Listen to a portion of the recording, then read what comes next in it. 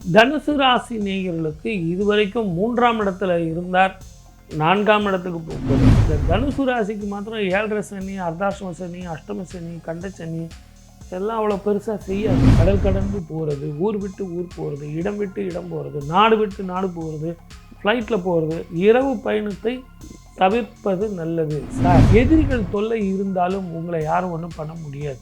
சும்மா அதிர்ந்து இல்லை, அந்த மாதிரி டைப். தொல்லைகள் போகும், ஆரோக்கியம் பெருகும், மன நிம்மதி வரும், சந்தோஷம் வரும்.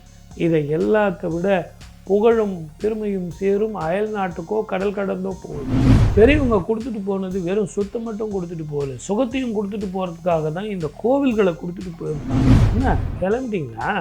திருப்பதிக்கா போயிட்டு வாங்க. சொந்த வீடு, வாகனம், பூர்வீக சொத்து இதெல்லாம் சேர்ற காலம். அயோக்கியத்தனம், ஏமாற்றுத்தனம் இதெல்லாம் உங்கள்கிட்ட இருந்து பண்ணாங்கன்னா பழசெல்லாம் ஞாபகம் வச்சுங்க. இனிமே பட்டு அன்புக்கு அடிமையாக இருக்காதீங்க.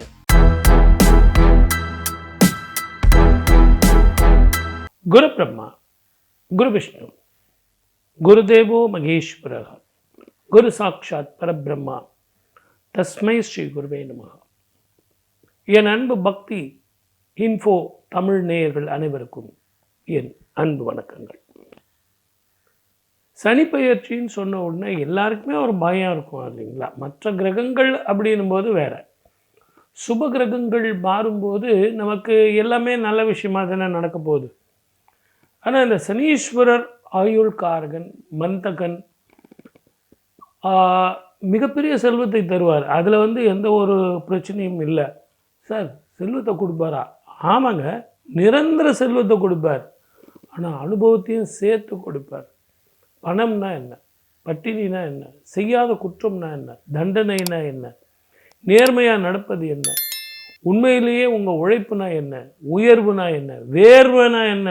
ஆகவே சுப கிரகங்கள் நல்ல பலனை கொடுக்கும். அசுப கிரகங்கள் நமக்கு ஏதோ இல்லாததெல்லாம் கொடுத்துரும். அதுவும் இந்த சனிப்பெயர்ச்சி இந்த வருஷம் இருக்குது பாருங்கள். சனிப்பெயர்ச்சி இருக்கா இல்லையா? ஒரு சில ஜோதிடர்கள் வாக்கிய பஞ்சாங்கப்படி சனிப்பெயர்ச்சி இருக்குது.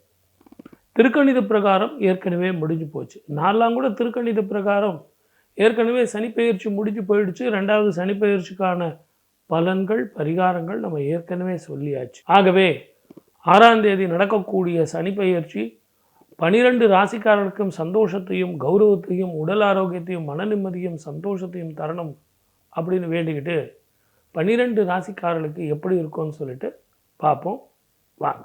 தனுசு ராசி நேயர்களுக்கு இதுவரைக்கும் 3ஆம் இடத்துல இருந்தார் 4ஆம் இடத்துக்கு போகிறார். பொதுவாகவே மற்ற கிரகங்களுக்கு இல்லாத ஒரு சிறப்பு என்னன்னு கேட்டிங்கன்னா, இந்த தனுசு ராசிக்கு மாத்திரம் 7.5 சனி, அர்த்தாஷ்டம சனி, அஷ்டம சனி, கண்ட சனி இதெல்லாம் அவ்வளோ பெருசாக செய்யாது. என்ன காரணம்னு கேட்குறீங்களா? தனுசுக்கு 2க்கும் 3க்கும் உடையவன் சனீஸ்வரர். அவருடைய வீடு மகர கும்ப ராசிக்காரர்கள்.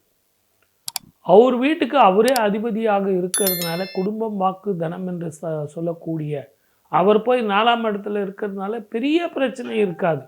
இருந்தாலும் நம்ம இருக்க வேண்டிய ஜாக்கிரதையில் நம்ம இருக்கணும் இல்லைங்களா? கடல் கடந்து போகிறது, ஊர் விட்டு ஊர் போகிறது, இடம் விட்டு இடம் போகிறது, நாடு விட்டு நாடு போகிறது, ஃப்ளைட்டில் போகிறது, இரவு பயணத்தை தவிர்ப்பது நல்லது. சார், ஃப்ளைட்டு, ஷிப்பு இதெல்லாம் நைட்டில் தானே சார் போடுவாங்க. எங்கள் ஜோசியர்காரர் சொல்லிட்டாருன்னு சொல்லிட்டு காலையில் 9 மணிக்கு ஃப்ளைட்டு விட சொல்லுவீங்களா? என்ன சார் பேசுகிறீங்க நீங்கள்? அந்த மாதிரி ஃப்ளைட்டை சூஸ் பண்ணுங்கள். அட்லீஸ்ட் லேண்டிங் ஆகுது, டேயில் போய் லேண்டிங் ஆகிற மாதிரி பாருங்கள். நைட்டு ஏறி படுத்து தூங்கிட்டிங்கன்னா கண்ணை முழித்து பார்த்தீங்கன்னா கனடா தெரியும்.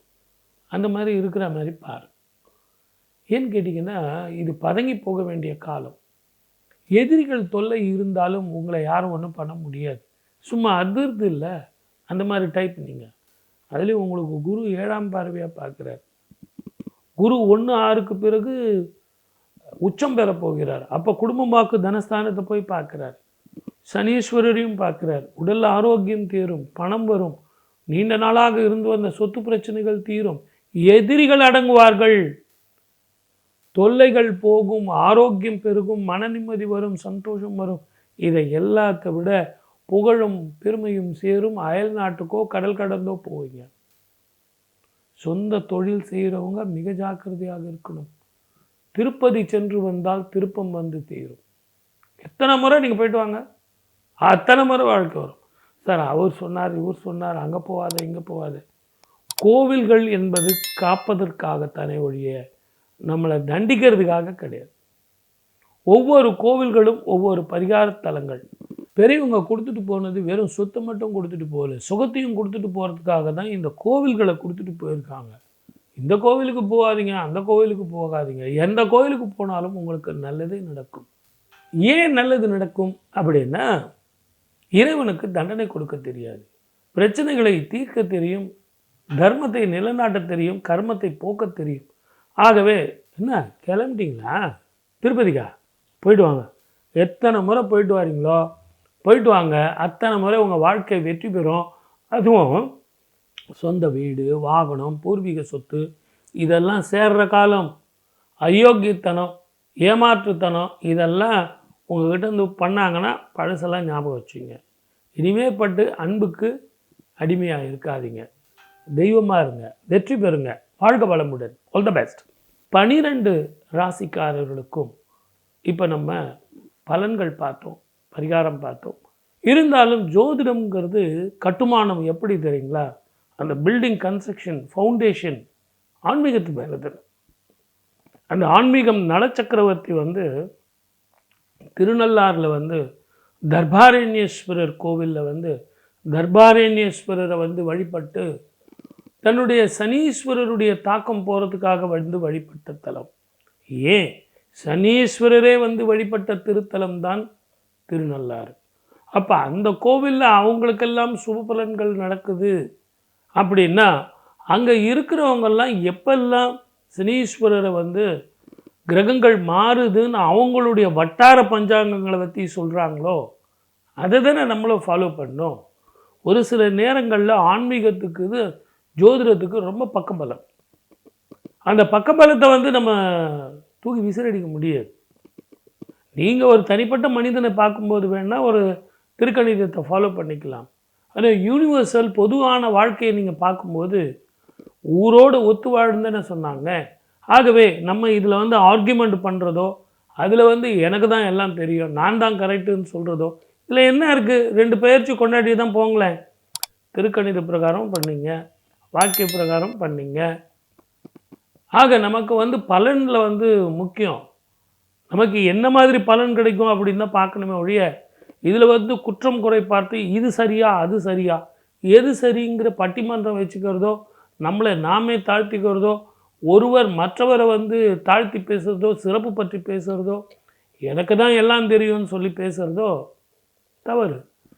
ஆகவே ஒரு கோவில்களில் அதுவும் சிறப்பு பெற்ற சனீஸ்வரருக்கு உண்டான அந்த கோவிலில் அவங்க செய்கிறாங்க அப்படின்னா no more argument. Supreme court மாதிரி, சுப்ரீம் கோர்ட்டில் சொல்லிட்டாங்கன்னா அது நோ அப்ஜெக்ஷன் அட் ஆல். அதுக்கப்புறம் எங்கே போவீங்க நீங்கள்? அந்த மாதிரி நம்ம தலை வணங்கணும். அந்த ஒரு அடிப்படையில் எதிர்வரும் மார்ச் மாதம் 6ஆம் தேதி சனி பயிற்சி நடக்கப் போகுது. கும்பத்தில் இருந்து மீனராசிக்கு போக போகிறார். ஆனால் உண்மையிலேயே புரட்டாதி 4ஆம் பாதத்தில் இருந்து உள்ளுக்குள்ளேயே அவர் மாறப்போகிறார் அப்படிங்கிறது தான் உண்மை. இருந்தாலும் இந்த கிரகப்பெயர்ச்சி 12 ராசிக்காரர்களுக்கு நல்லது தருமா? ஏன்னா இவர் தான் ஆயுள்காரர்கள். ஒரு மனிதனுடைய வாழ்க்கையில் 120 வருடங்கள் ஒருத்தர் வாழ்ந்தான்னா 60 வருடங்கள் சனீஸ்வரருடைய திசையாகவே நடந்துக்கிட்டு போகுது. 7.5 சனி, அஷ்டம சனி, அர்த்தாஷ்டம சனி, கண்டக சனி,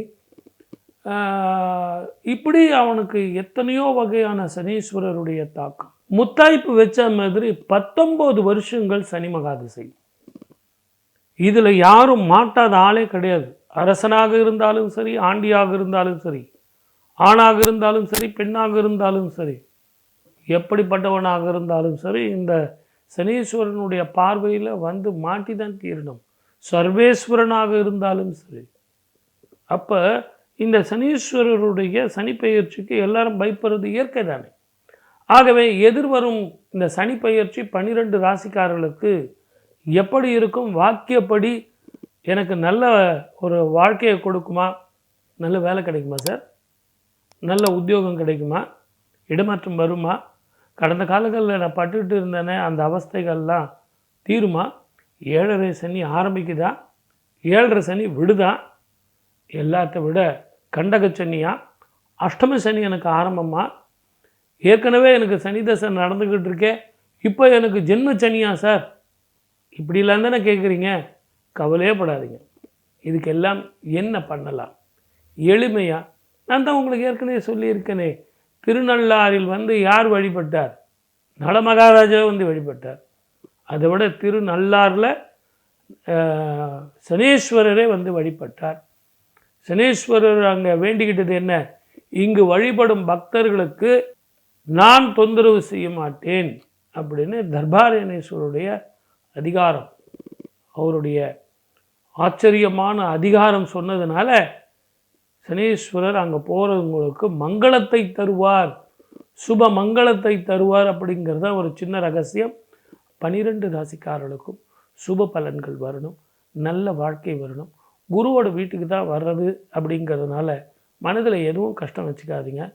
எல்லோருக்கும் எல்லா விதமான சுகங்களும், ஆயுள், ஆரோக்கியம், ஐஸ்வர்யம், மன நிம்மதி, சந்தோஷம் எல்லாம் வரணும்னு நான் வணங்கும் தெய்வத்தை வேண்டி உங்கள் அனைவருக்கும் வாழ்த்துக்கள் சொல்லி மீண்டும் உங்களை அடுத்த நிகழ்ச்சியில் சந்திக்கிறேன்.